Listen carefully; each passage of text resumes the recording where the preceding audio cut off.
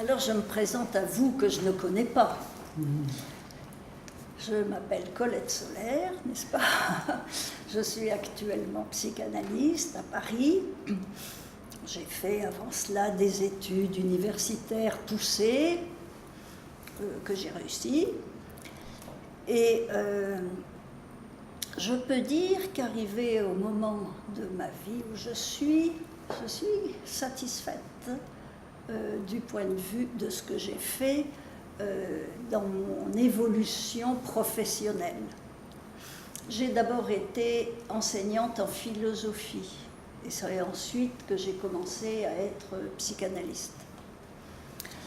Et alors, j'entends beaucoup parler, et je pense beaucoup ces temps-ci, j'entends parler des jeunes, comme c'est dur pour les jeunes actuellement, avec les études de plus en plus difficiles, le marché, le chômage, c'est vrai.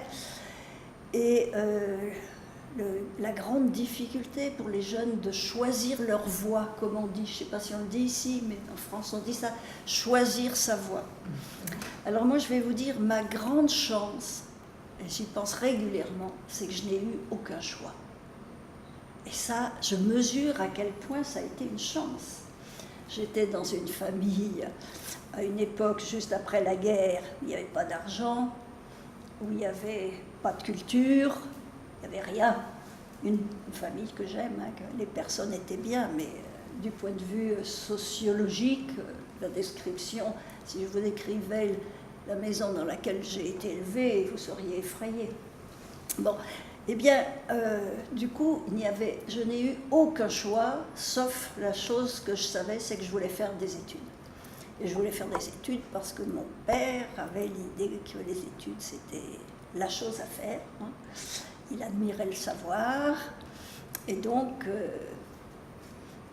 j'avais une seule voie qui était, vous ne connaissez pas ça, parce qu'en France, c'était la voie des écoles normales primaires pour devenir instituteur. Et donc, j'ai fait le concours pour devenir instituteur. Et après, j'ai obtenu une dérogation pour continuer mes études au-delà, pour devenir professeur. Et après, j'ai été professeur. Et ensuite, est venu un moment où je me suis dit que j'allais faire une psychanalyse. J'étais déjà mariée, avec un homme adorable, et j'avais des enfants. Et je me suis dit que là, il fallait faire un peu le point sur l'itinéraire jusque-là. Et j'ai commencé une psychanalyse avec le docteur Lacan. Voilà, la psychanalyse avec le docteur Lacan m'a conduite à devenir moi-même psychanalyste. Ce dont je me félicite tous les jours, parce que c'est vraiment un métier très très difficile, mais en même temps très passionnant. Et je parlais tout à l'heure dans la conférence des épars des assortis, du fait que chacun est bien seul dans un monde capitaliste où tout le monde est seul, mais quand même dans la psychanalyse, tous ces épars des assortis forment des grandes communautés. Et nous avons une grande communauté internationale actuellement des psychanalystes. Et donc, voilà ce que je peux vous dire pour mon itinéraire, en résumé très bref. Hein. J'ai peut-être parlé de la psychanalyse comme d'un métier, mais c'est vraiment pas à penser comme un métier comme les autres.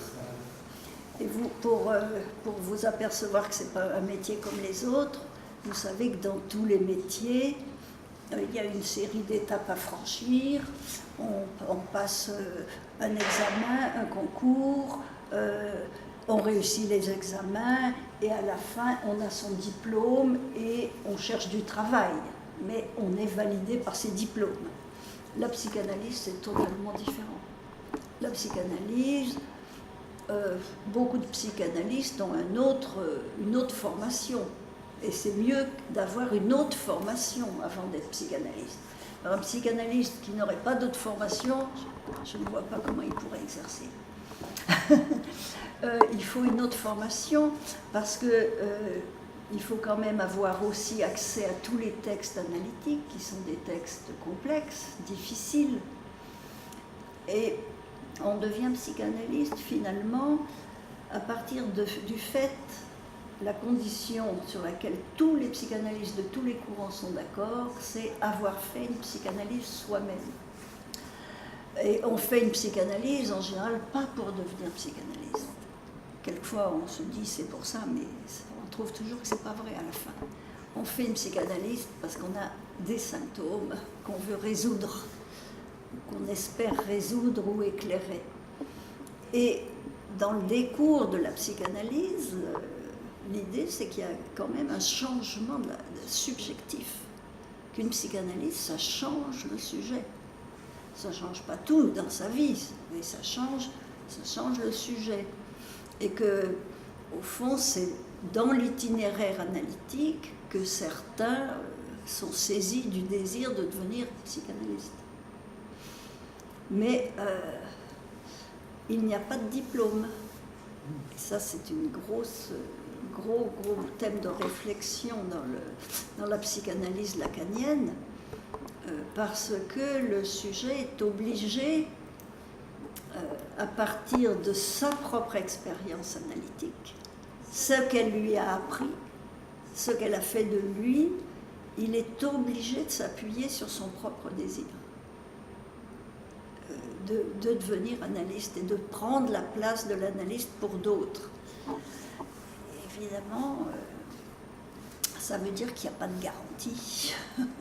Il n'y a pas de garantie, comme il y a une garantie universitaire dans toutes les autres professions.